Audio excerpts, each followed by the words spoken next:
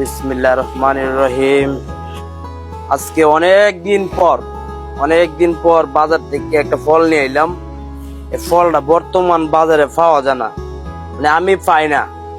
আর এই ফলটা ব্যবহার করি আমার ফালুদাতে ব্যবহার করি। এখন থেকে যারা আইবেন এই ফলটা পাইবেন। আর এই ফলটা এমন একটা গুণাগুণ, ফালুদাতে দিলে অনেক কিছু চেঞ্জ হয়ে যায়, অনেক কিছু। আরেকটা কথা, বিশেষ করে এই ফলটার নামটা আজকে আপনারা কমেন্টে কই দিব। তো এই ফালুদাতে আমি ফলটা কিভাবে দেই বিস্তারিত দেখাইতেছি। দেখেন, আস্তে ধীরে ভিডিওটা বানাই, ফুল ভিডিওটা দেখেন আপনারা।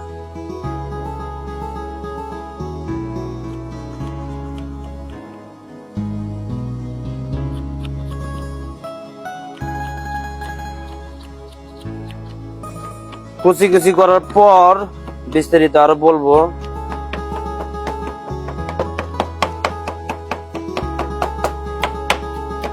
আমাদের ফল কাটা শেষ। এটা একটা ডিব্বার ভিতরে রাখতে দিব, নাহলে মাছি ধরে।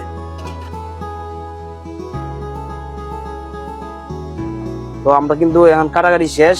ফালুদাতে আর কি লাগবো, আর কি কি লাগবো ফালুদা এখন তৈরি করে দেখাইতেছি। তো এটা দেখেন। তো আমাদের আপেল দিয়ে দিলাম,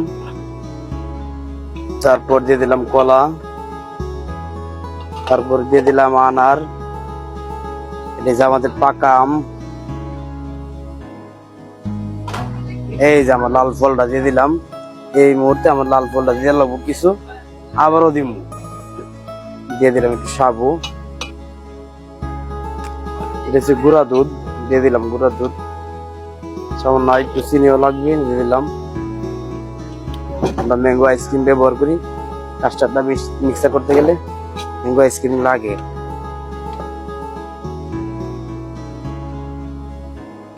আমরা এখন মিক্সার করার পালা।